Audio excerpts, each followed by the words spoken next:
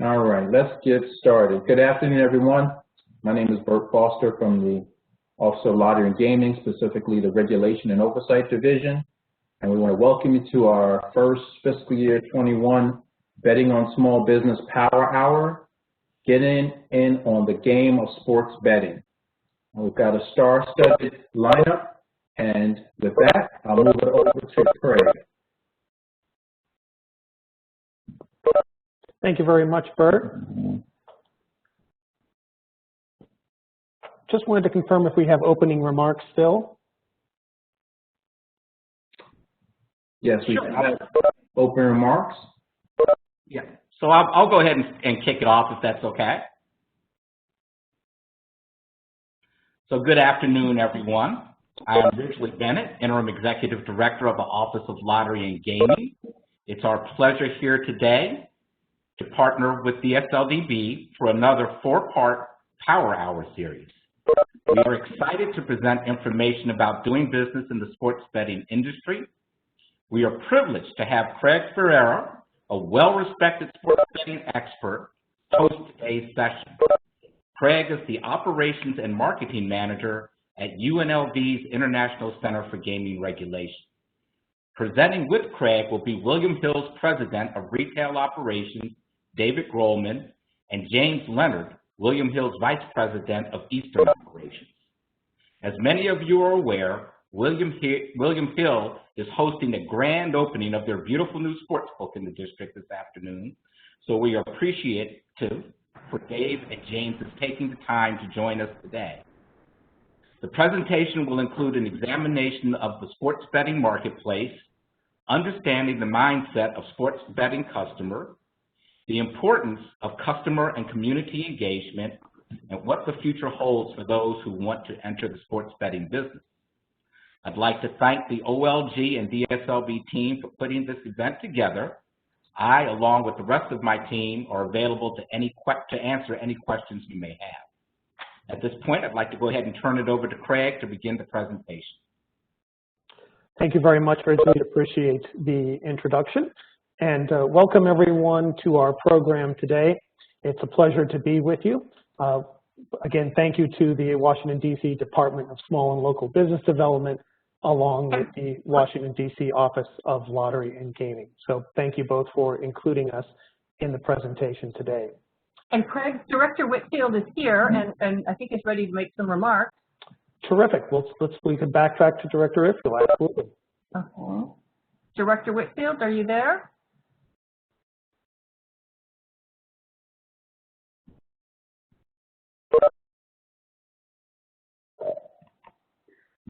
Hi, can you hear me? Can you see me? We can hear you. We can't see you quite yet.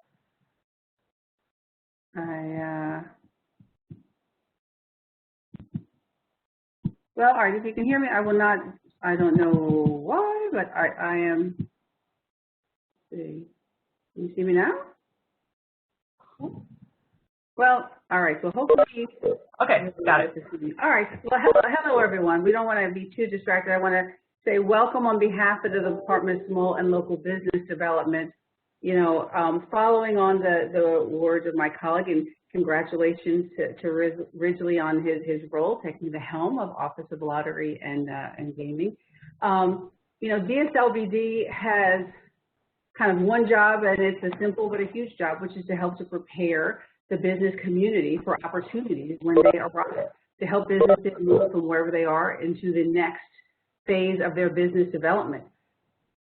Gaming is a new industry in our region, in our city in particular, and DSLBD has been at the forefront on behalf of the small business community, helping to write the legislation that made it possible for our small businesses to participate in this industry, and then bringing training like this to the small business community so that you can get prepared, you know. And then, you know, I think it's pretty impressive, and I want to commend our team on bringing, you know, the best and the brightest in the industry to come and talk to you today. You know, UNLV and William Hill are the brand names across the industry about sportsbook, and you know, we're going to be learning all the ins and outs about sports betting today. I was unable to be at the earlier event this morning at the new establishment over at the Capital One Arena, but I understand that it is beautiful. But it also sends the important message that despite the pandemic, despite so many things, sports betting is, it is here, but it is also coming and it is growing. And it's something that we are very passionate about, making sure that the small business community is able to participate in valuable and tangible ways. And so, this is just one of a series, as Ridgely had mentioned, one of a series of the types of training that DSLBD, in partnership with Lottery and Gaming, is presenting to make sure that, one, people understand what is the industry about sports betting about, and then two, how might local businesses engage? And not just around the periphery, but how do we help grow our businesses to be very impactful participants in the industry, because this is an industry that we know is not going away and we know that it's going to continue to grow. So we are really excited about this series, and we are really excited about the role that small businesses will continue to play as this industry continues to grow in our city and the region. So thank you so much, both to William Hill and to UNLV, for coming to share this information. We know that this is just the beginning of a long and ongoing relationship that you will have with district government. We know that Washington, D.C. is setting the stage across the country in terms of local participation as sports betting is coming into different jurisdictions. And we're excited to be leading the way for those types of engagements. So thank you so much, and I hope everybody has their pencils sharp for the information that's going to be shared today. So thank you so much. Thank you very much, Director Whitfield. Appreciate that. So again, my name is Craig Ferreira. I'm with the University of Nevada, Las Vegas, International Center for Gaming Regulation, and it's our pleasure to be here with you today and to present this program on the impactful relationship that sports wagering can have with local businesses and the local community. So again, we're very grateful to be invited to participate in this program. What I'd like to do is just tell you a little bit about the center itself before we dive into the presentation. We're just founded on 4 key landmarks, and that is providing research, funding, and a repository mechanism for gaming and gaming regulation. That's what our main focus is. Also, educating the gaming industry about regulatory compliance and operational functions. And the third factor that we're really involved with is providing a thought leadership platform for regulatory and compliance issues throughout the industry. The final piece of our puzzle is that we act as an advisor to governments, gaming jurisdictions, sovereign nations around the world as a place to come together and talk about best practices and what the future of gaming actually holds. And so we're excited to be a part of this process. It does kind of then raise a question of, why are we here today? What is building capacity in the sports wagering system? And if we think about it, just 3 years ago, really, in May of 2018, the Supreme Court ruled 6-3 that the Professional and Amateur Sports Protection Act violated principles found in the 10th Amendment of the Constitution.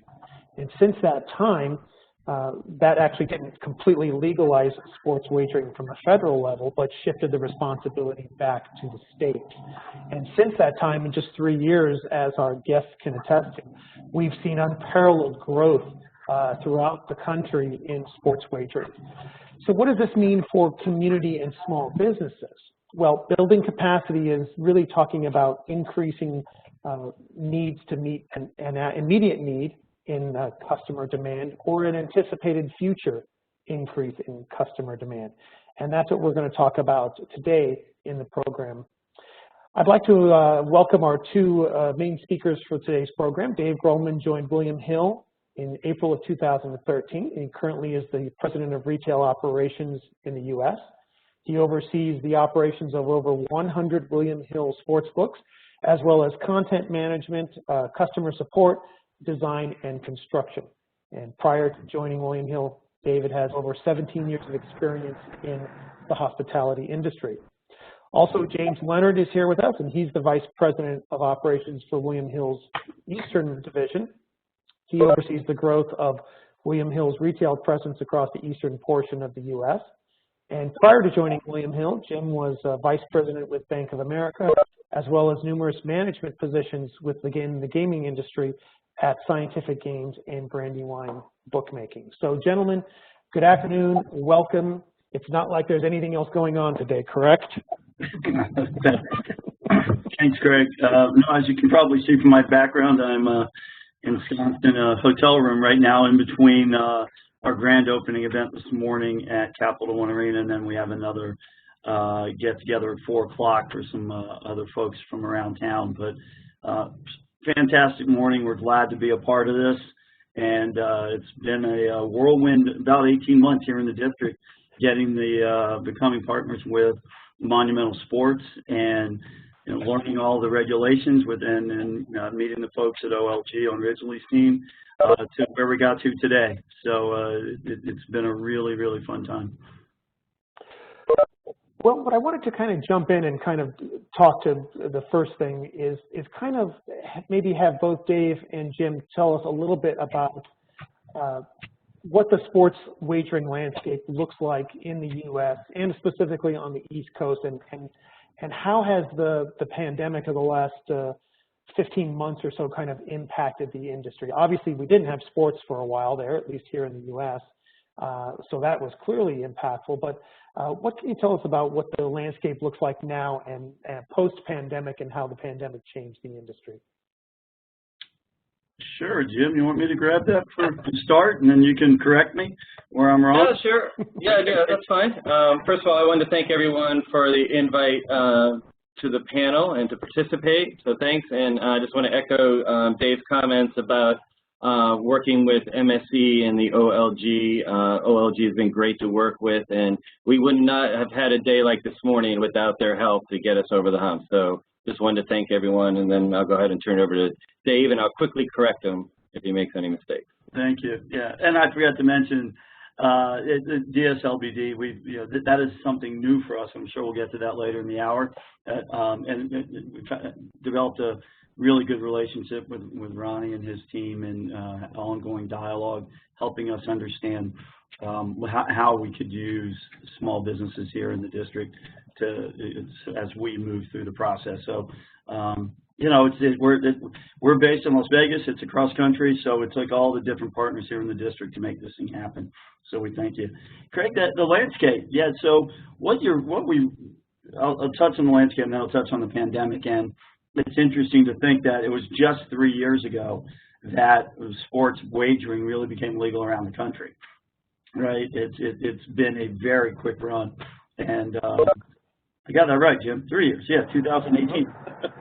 And so sports, to think that we would partner with the 4 major sports leagues and open up a beautiful sports betting facility in an arena where the National Hockey League plays, where the NBA, would have been unfathomable 4 years ago.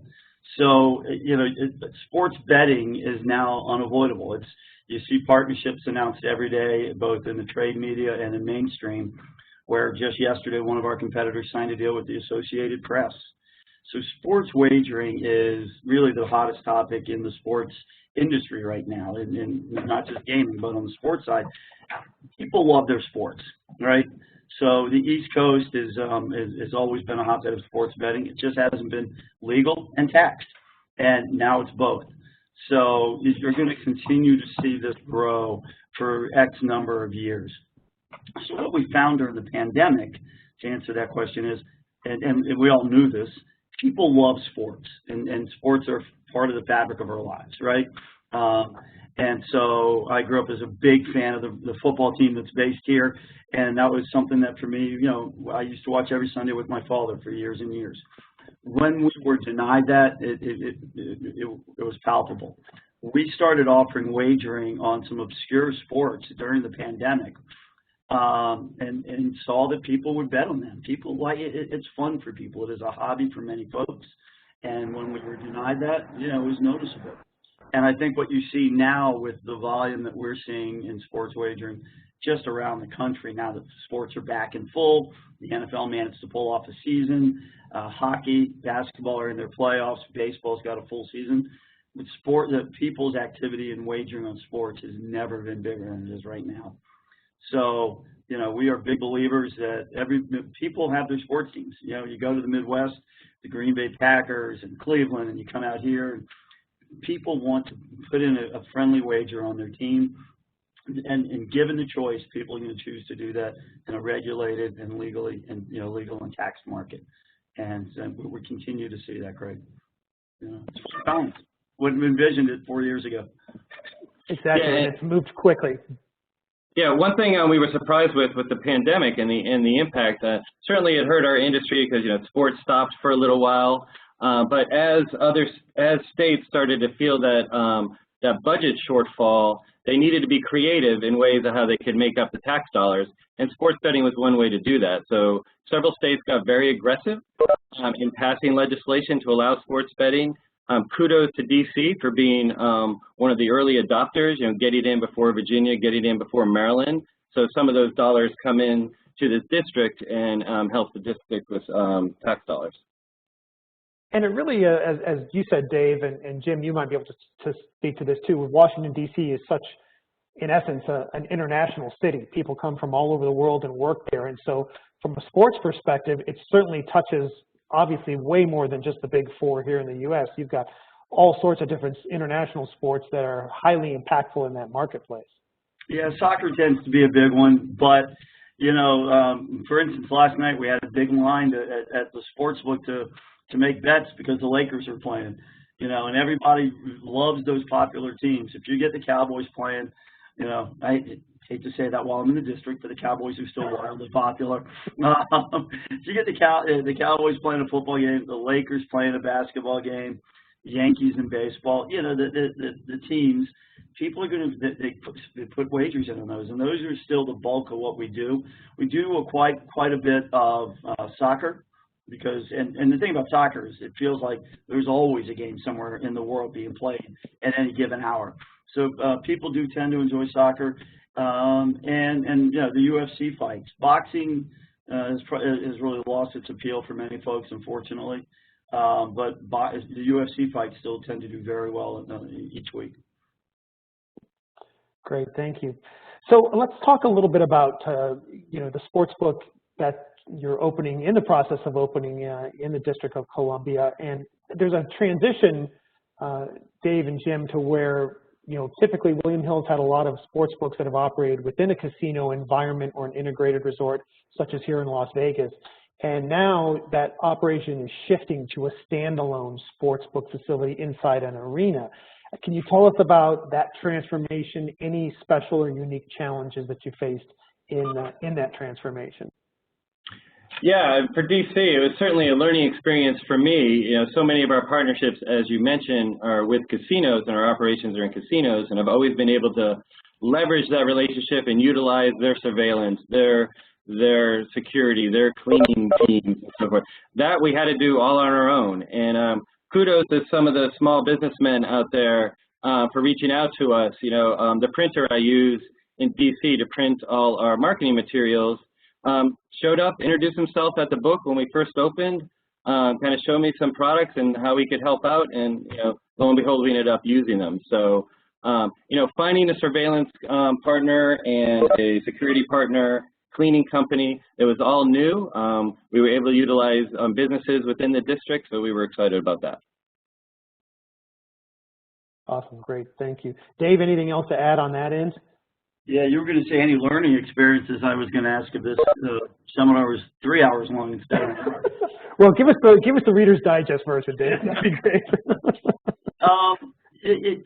The biggest piece, like Jim said, is we're typically in a casino, with the exception of one other place. And we do, if any of the folks are familiar with the Green Turtle or the Bud Light Lounge, it was above it. We completely demolished those spaces. We took it down to concrete. Threw away all the kitchen equipment except for the walk-ins. So, you know, we tend to build just sports books. As you noted, I was on the casino side, the hotel side for many years.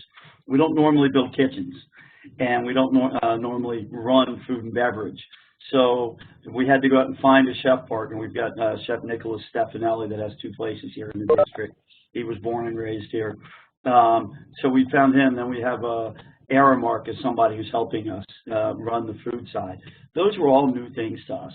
And I think we started this with OLG starting sports betting, us being the first partner with them. We were kind of learning together. We were learning the district, and so it sounds like it was an easy lift. It was a remarkable, and we did all this during pandemic, right? So we would do Zoom meetings, and we managed to get the place built, develop partnerships here with folks in the district during the craziest 15 months we've ever had. So it was, to say it was a new experience for us. We normally build books. Here we built a book at a restaurant and blew a hole in the building, and we hope that everyone on the call will be able to get down and see it, because we're very proud of it. You got to be creative in this and start from ground zero. You know, it kind of segues into a nice discussion point for you both, is about looking at the future of sports wagering, specifically in DC. You know, do you see any trends or anything that you've kind of experienced thus far that leads you to believe that things are going to be more unique in the District of Columbia? Anything that you can share with the attendees? I can tackle that one, Jim. When we and then Jim, when we signed the partnership with MSE, as somebody who has roots in this area, grew up down the street, down the road, but family was all here.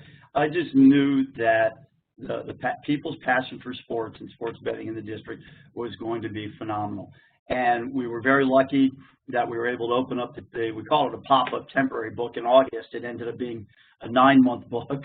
The day we opened up the door with no fanfare, nobody knew the doors were opening, and we had some guys outside ready to bet. And the folk, and again, I'm not saying that, who knows where people were betting before, but we have a line out there almost every day. And you don't see that at retail books at most places in the country. And somebody asked me today, how many of the people we had betting today, there's a line again today, how many of those folks do we feel are repeat customers? And I said, I think all of them. You know, you kind of see the same group of you know, it's probably 1,000 people over the course of a week, different people, maybe more. I don't know the numbers, but you see them come in and talk to our staff, and our staff know all these customers. And so I think that is something that you see more than in casinos and that sort of thing. A very devoted fan base that come in and bet on their teams with us almost every day. Yeah, I agree with Dave. The unique thing about DC, unlike a lot of jurisdictions, is retail is more popular than mobile. Typically in other states, other jurisdictions, mobile will be 70, 75, 80% of the wagers. You know, we built a destination. People love coming to the district. People love coming into town, and we're seeing a huge retail presence. And I think that speaks volumes for the district. I think that speaks volumes for the products we're offering, and people are enjoying the experience. Great, thank you both. So I want to tackle maybe some kind of business development principles, especially for new entrants into sports wagering. Dave, you touched, or Jim, you touched a little bit on it with the printer, but if we talk about partnerships and affiliates, you know, what should maybe a new entrant into the sports wagering world be aware of when seeking out a partnership or affiliates within this industry? And if there's any examples you can give. I know you talked about the printer, Jim, but if there's anything else that you both can share. Yeah, I think it's critical for anyone that's looking to get involved for them to really understand the market, to reach out to the OLG, understand the regulations, understand what they're going to need to comply to. Heavily regulated business, as it should be, with people gambling, so you need to understand what's allowed and what's not allowed. It might be beneficial to reach out and get legal help, again, to decipher the information and make sure you're abiding by the regulations. And then, you know, again, figure out the marketplace. What does every successful small business do? They find a need in the marketplace and they meet it. So once you understand those regulations, I think that'll help you navigate where you can fit your business into the industry. Great. Dave, anything on your end to add to that? No, I think understanding Jim, understanding the regs are the most important, because I don't know that having been in gaming for a long time, we understand the regulators are both our partner and the person keeping an eye on us. We understand that, right? And that's to protect the gambling entity and the consumer.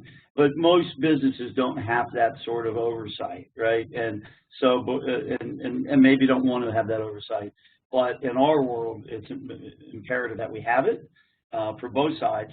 And so for a small business that wants to do business in the gambling world, in the sports, specifically the sports wagering world, Jim's right.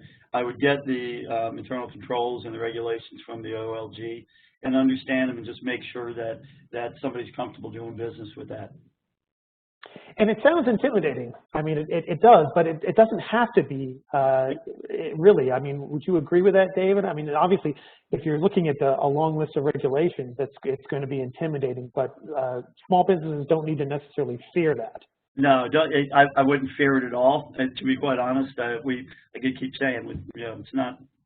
We have a great relationship, and in actually all the states, we have a good relationship with the regulators because we are one of the companies that look at them as our partner and somebody to help guide us.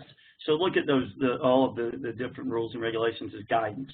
You shouldn't be intimidated by it, but just understand that as a sports betting entity, there are certain things I cannot do because I'm a sports betting entity, and if somebody wants to do business with us as a B2B partner, they also need to oblige by those things.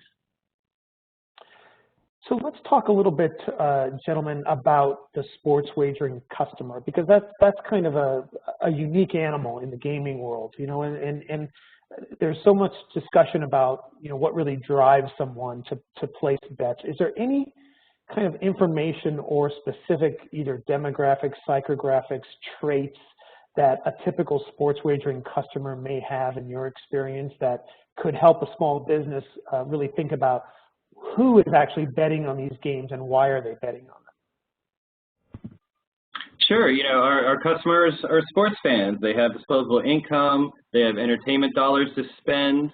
They're social. I mentioned earlier, so many states have the large mobile presence. But even in those states where there's 8% of the money coming through on mobile, you go to any sports book on the weekend and it's mobbed. The sports fans want to celebrate together. They want to enjoy the games together. So they're very social. Predominantly male, sure. But I think with venues that we built here in the district with the food and entertainment, I think our customer base is going to be broader than normal. I think everybody is going to enjoy the experience. So we're excited about that. But again, they're passionate sports fans that want to spend time together and have some disposable money and just want to enjoy the events. And when you talk about, you've both mentioned it a couple different times about the concept of the experience and thinking about that William Hill Sportsbook at the Capital One Arena. How important was designing a customer experience really play a role in how your sportsbook was built? Oh, it was massive. We had, I can't even tell you how many hours, Craig, we spent with designers, with Ted Leontis' team, and then the William Hill team at the time, coming up with what we think is the most comfortable way to watch sports. If you think of the old style sports books, which we still, places in Vegas still have, with the theater seating, just rows of seats where you are separated from your friends by other seats. And you walk in and it's 99% men and used to be smoky. That's the antithesis of what we wanted to build. We want a place where somebody can come and sit down for happy hour, pay homage to being in the District of Columbia, because I think there are certain elements, of design in the district that that are just special to this area. So we were trying to be very conscious of that. We want men and women to go. Look, at the normal sports book, we exclude 50% of the population. Actually, I think it's more, but it's all men, and women go to both sexes love sports, and we endeavored to build a place where people can go and not feel like they're in a sports book in Vegas, but at a restaurant and bar with dynamite food, super drinks, and oh yeah, I can put a bet down while watching sports. And we spent a lot of time working on that, and hopefully we pulled it off. Yeah, for sure. You know, we focus on the customer. There's one thing that we do here in DC that's unique compared to some of our competitors is we don't only have the team behind the counter that's going to take your bet, but we also have ambassadors that are on the other side of the counter walking the floor. You know, as you said, you know, sports betting can be new to people, could be a little intimidating. There's a lot of numbers, a lot of lines up on the board, and those ambassadors are there to help people feel more comfortable, get them acclimated to what they're looking at, help them understand what's in front of them, and just make the experience more enjoyable for them. And it's really about your goal is just to nurture these customers along and give them a great experience, and then they'll continue to be loyal to your brand moving forward. Exactly. So let's talk about the dreaded. We've used the term a little bit. The dreaded concept of social media and some of the marketing concepts involved in the sports betting industry. You know, is it such a different type of industry that traditional kind of marketing and advertising aren't as effective, and that maybe social media and those influencers are more critical? What can you tell us about how you kind of market the sportsbook industry in the DC area and even abroad? Yeah, it's funny. It's funny you asked that question since we just left the grand opening ceremony. One of the most influential influencers in the industry was there, and we met with. So yeah, I mean, social media, if done correctly, can be a valuable tool. You don't want to be inauthentic. You want to be truthful. You know, the sports betting fans on social media, it's a community. They know what's legit and what isn't. So you have to present the true story, and you know, just to be honest with them and show the product and highlight your product and what we can do. You know, marketing can be different by you know, different marketplaces. You know, TV and radio might work really well in Iowa, but it might not be cost effective to do in New Jersey. So you have to utilize social media when, you know, the marketing dollars are stretched or when it doesn't make sense in, you know, certain markets. Dave, any input on that perspective? Yeah, I think I'm still amazed at the amount of advertising you see for sports betting on TV and, you know, print media. But it's funny, you mentioned influencers, and I tend to think of influencers as being more trending toward a younger demographic, and maybe not. I think the people Jim refers to, I think of sports writers, and yes, some well-known sports bettors online, but you don't see a lot of what we do trending toward those younger folks, right? So I get why we use more traditional means of advertising. That said, we've done very well promoting events in other jurisdictions, which we'll start to do now that we have a space, like March Madness, and just creating a Facebook group for March Madness in Las Vegas, and having people somehow find that group. I don't know how they do it, and you know, you'll get 300 or 400 people at an event at one of our books. So our marketing guys are using social media for things of that nature. So it's interesting though, because while our demographic is starting to get younger, where we really are is the 35 to 55 or 60. You know, it's folks who are, I think, influenced more by traditional advertising.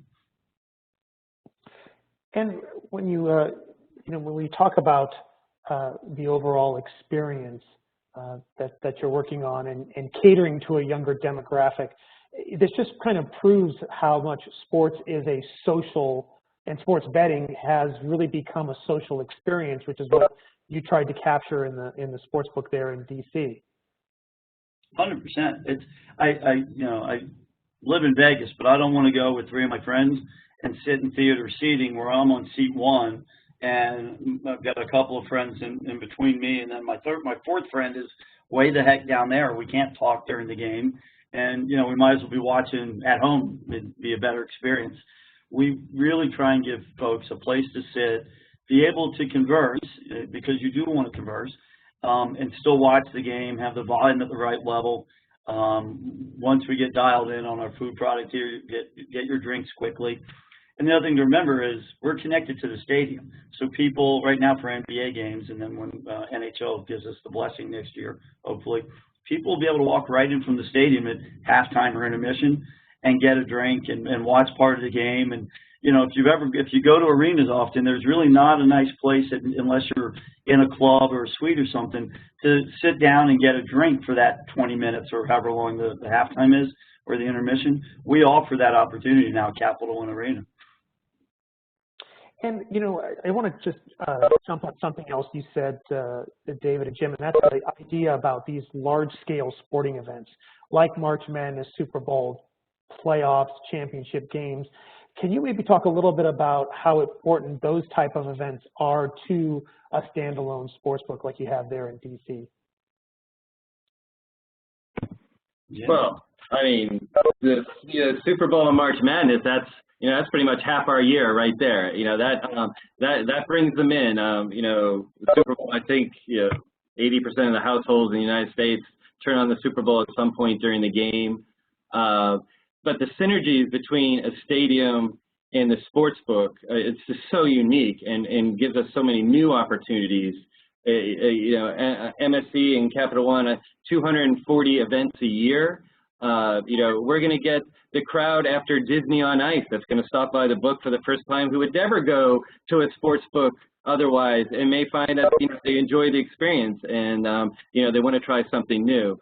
So there's just so much opportunity beyond just those huge events that everybody would associate with our industry, and that's what we're really excited about. Great, thank you. Yeah, you may not have added there, Jim, but we can envision folks being able to watch the Super Bowl on that amazing jumbotron in the bowl at Capital One Arena, right? But the problem with the arena is it's closed during the day. And I think we have an opportunity now for March Madness with all those games on for people to sit, part of the arena, and we'll broadcast the game on all those jumbotrons around there. Great point there. So there's, I want to kind of wind down before we jump into some questions from the audience and kind of pose a final question to you, David and Jim, about just the idea of any kind of words of wisdom that you can give to any type of small business that might want to enter into the sports wagering ecosystem. Any advice that you can give them on how they can partner and get into this industry and take advantage of it? Sure. Yeah. Again, read the regulations, read the legislation. DC is very unique to where when they were putting this together, I think they were thinking about small businesses and just the fact that they had the Class B licenses that opens up to smaller bars and restaurants and retail locations. Majority of the states don't have that. They weren't considering that. They were only worried about the casinos in their states or the racetracks in their states. But DC wasn't. So there is a lot of opportunities for small businesses. So get familiar with it. As I said earlier, reach out for help. If it seems intimidating, as you mentioned, reach out to a legal partner or someone for advice. Reach out to the OLG. They've been so helpful to us. So you can get an understanding, so you can get into the industry correctly and make sure you're following the rules and see what opportunities are out there.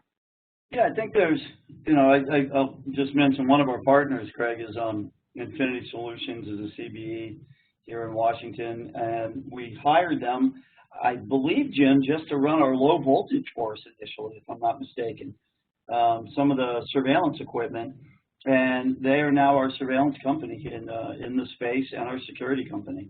And they got in, they gave us a bid, and now they've become maybe our biggest partner here in the Capital One Arena space. And they're just a small business that did what Jim's printer did, reached out to them.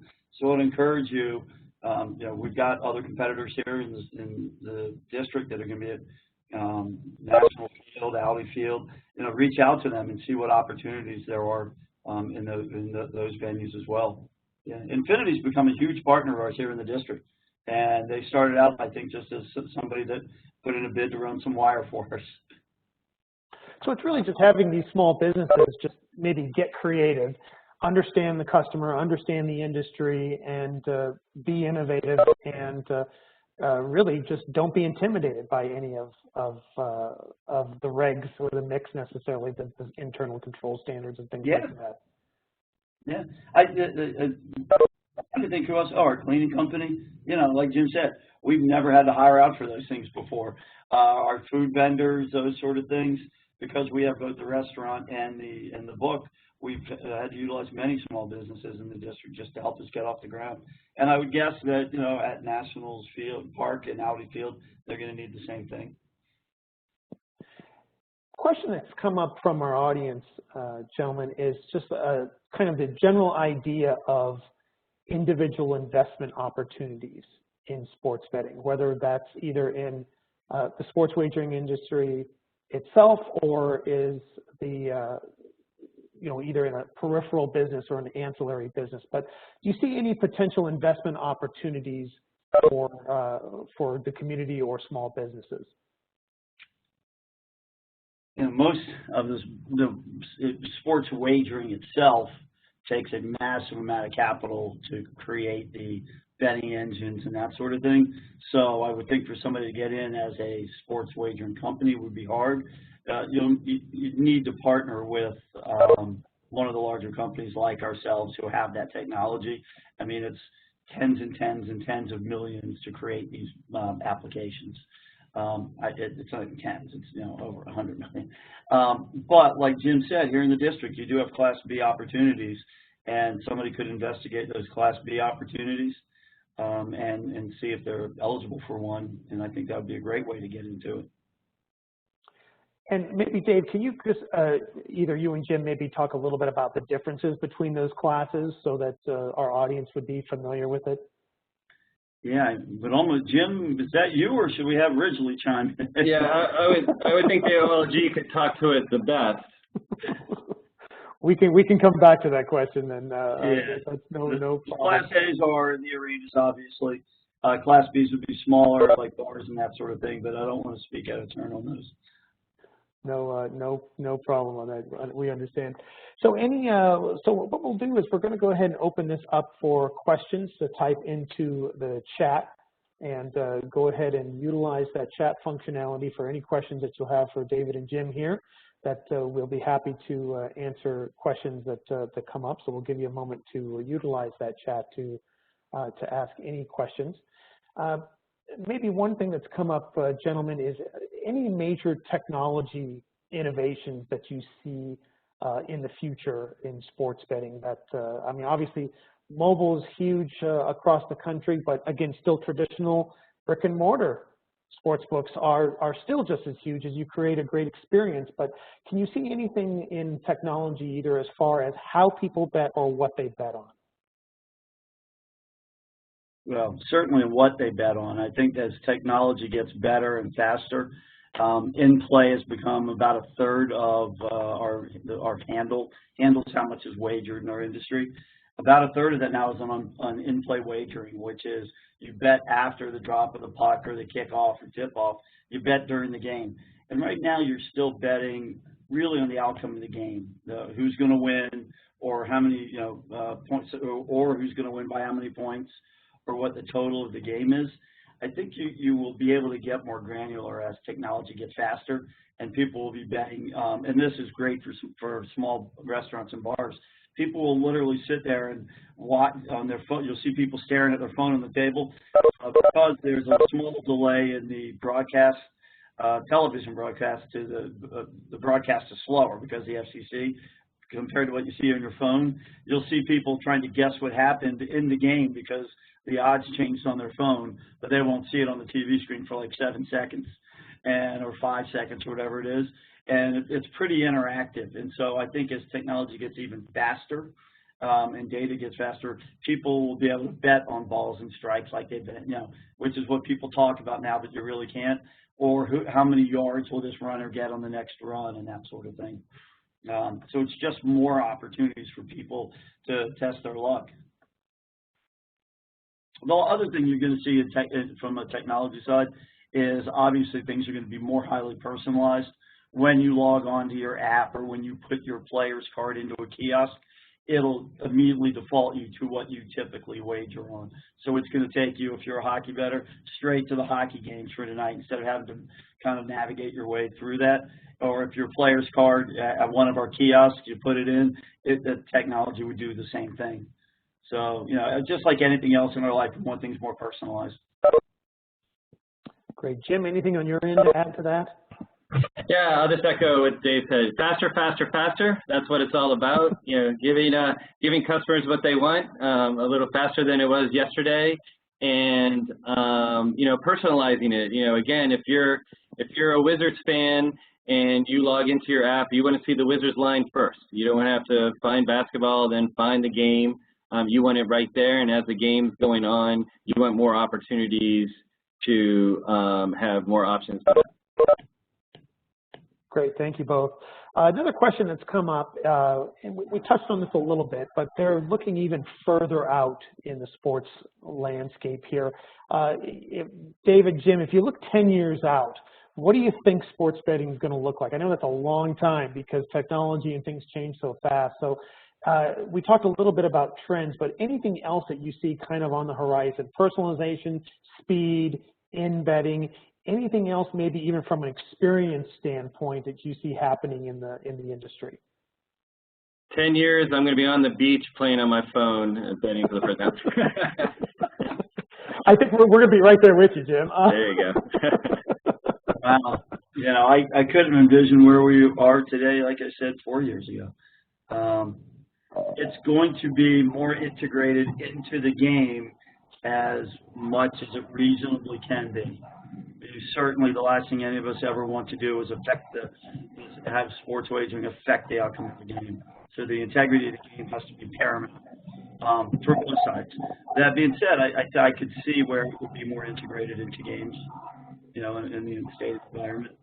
Yeah, I don't think we're that far away to where you're sitting on the couch looking at your TV and able to bet right off your TV as the game's going on the wagers you want to do. I mean, sure, you can do it now on the couch on your phone, but I just see it being completely integrated into your, you know, your entertainment viewing.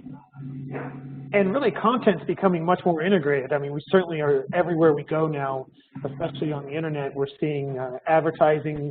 We're seeing much more integration with media outlets and sports betting, and it's really becoming much more acceptable, obviously, than it was 3 years ago. So from a content perspective, gentlemen, is there a need for more video and media content in the sports betting industry, or even in the sports betting venues or online? Where do you think the future is for sports wagering content? Well, it'll be interesting to see what happens with, you know, right now you do have to pay to watch all the NFL games and that sort of thing. It'll be interesting to see where that goes. Well, more, you know, right now they're on the major networks, the Sunday games, and will we continue with that, you know, or do you start to see something more like an NFL network and an MLB or an NHL where you see all of the content on there, on the league's platforms? Craig, this is Director Whitfield. Can I ask our guest one question that I think is burning in a lot of the minds of small businesses? So you mentioned the regulations, and I know that when we were drafting regulations, a lot of thought and care was put into not only the integration of small businesses into the sports betting industry, but then also the growth of small businesses through the trajectory. And I know that this is something that William Hill has actually been quite thoughtful about in their own planning around this. As we have been talking with our small businesses, you know, we've tried to be pretty articulate about, you know, there is kind of a hardcore center of sports book that is, you know, probably fairly impenetrable in the near future. But then there are areas around that we are talking to people about getting prepared for. And so, you know, the Bowser administration has been pretty adamant and makes us unique in the nation, as you're saying. So I want to double down, read the legislation. We're very proud of it. Not everybody loved it, but we are super excited about the integration of making sure that not only businesses are integrated but growing, but maybe speaking to the places where there are real opportunities, marketing, risk analysis. You know, like there's always the tangential ways on the outside that businesses have been able to participate, but also the pieces inside sports betting that help people kind of get in on the ground level and then grow so that they can get closer and closer to that hard candy center that, you know, is the middle of it. Yeah, Jim, you might be closer to it. Any thoughts on that? Yeah. So again, you know, it's all about information and communication, right? Trying to digest as much information you can so you're prepared and you're finding an opportunity in the market that you can fill, and then just communicating with, you know, either the regulators or the participants or the companies, and finding out how to meet their needs. You know, we've been aggressive about using DC businesses, you know, district businesses for this launch, and it's been successful. It's been working for us. And in our staff, we've been aggressive about hiring our staff, and we've already promoted quite a bit of people in our staff. And yeah, so we're excited about the opportunities that we've already presented to people in the district. And I think as sports betting starts to mature and the Class Bs get up and running, I think there's a lot of different things that people can fill in the marketplace for sports betting. Yeah.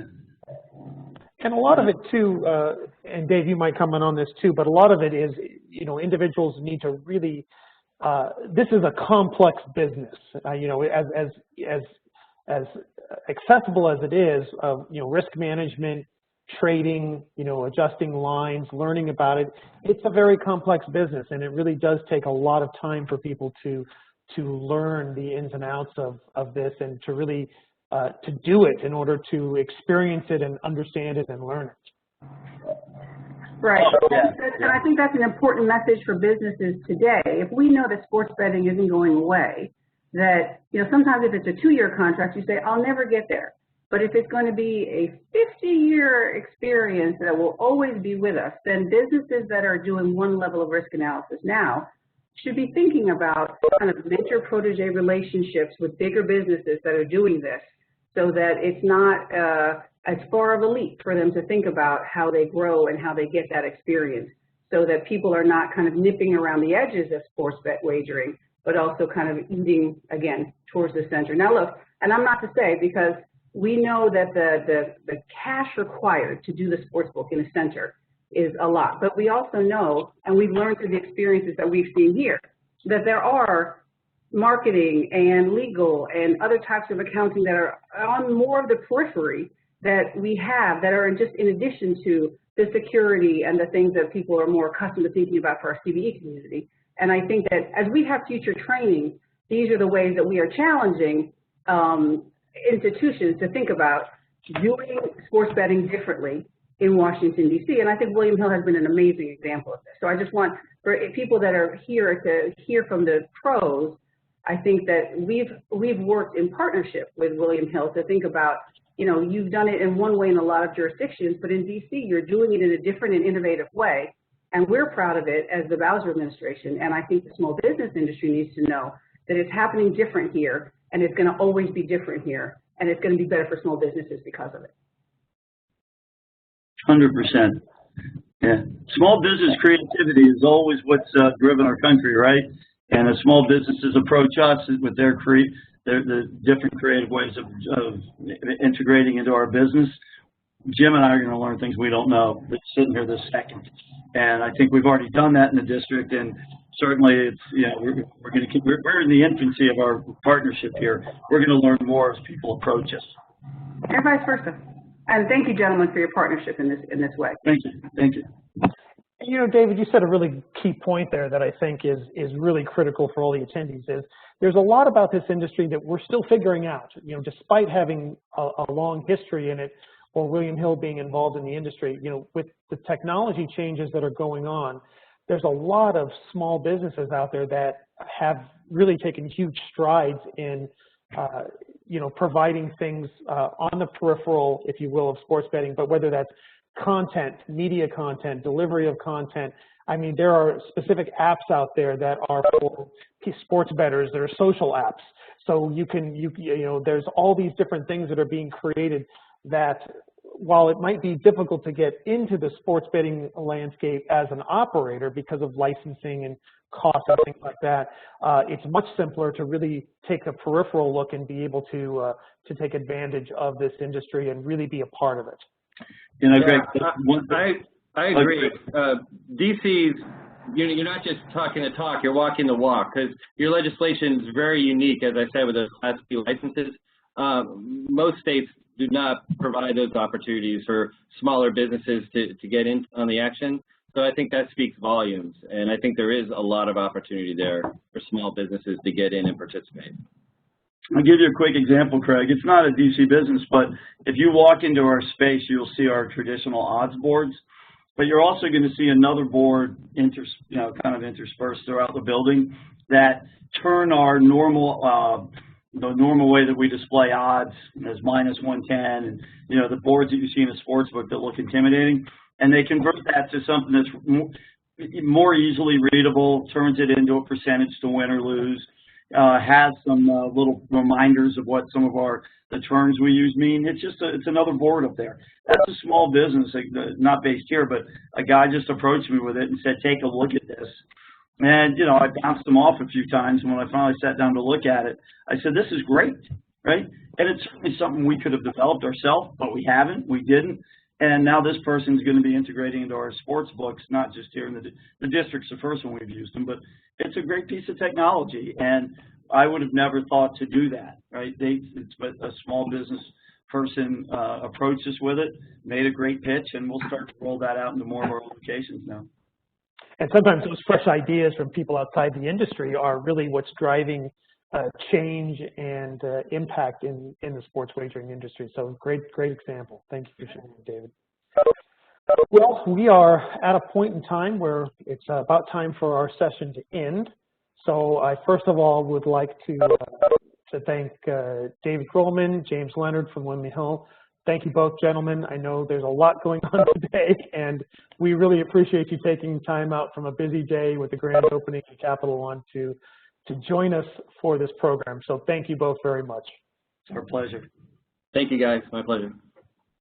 And on behalf of the UNLV, International Center for Gaming Regulation, the Washington, D.C. Department of Small Local Business Development, and the Washington, D.C. Office of Lottery and Gaming, thank you all for attending today. It's been a pleasure to engage in this conversation with you all today. I do have two final thoughts I'd like to just share with you. Please remember that there is a survey to fill out regarding the program. The link can be found on that initial login page of the web browser that you use to join the program. There'll also be an email that will go out a few days after the event. So please give us feedback on the program. We're excited to apply that feedback into future programs. And there'll be another Betting on Small Business Power Hour on June 9th at this same time, 2 o'clock Eastern. And we'll be talking with Sarah Slane regarding the hospitality industry and how that's integrating into the sports wagering ecosystem. So again, I want to thank you all for attending. It's been our pleasure to host you all and engage you. We wish you a great rest of your day, and we'll look forward to seeing you at a future program. Thank you all very much. Have a great day.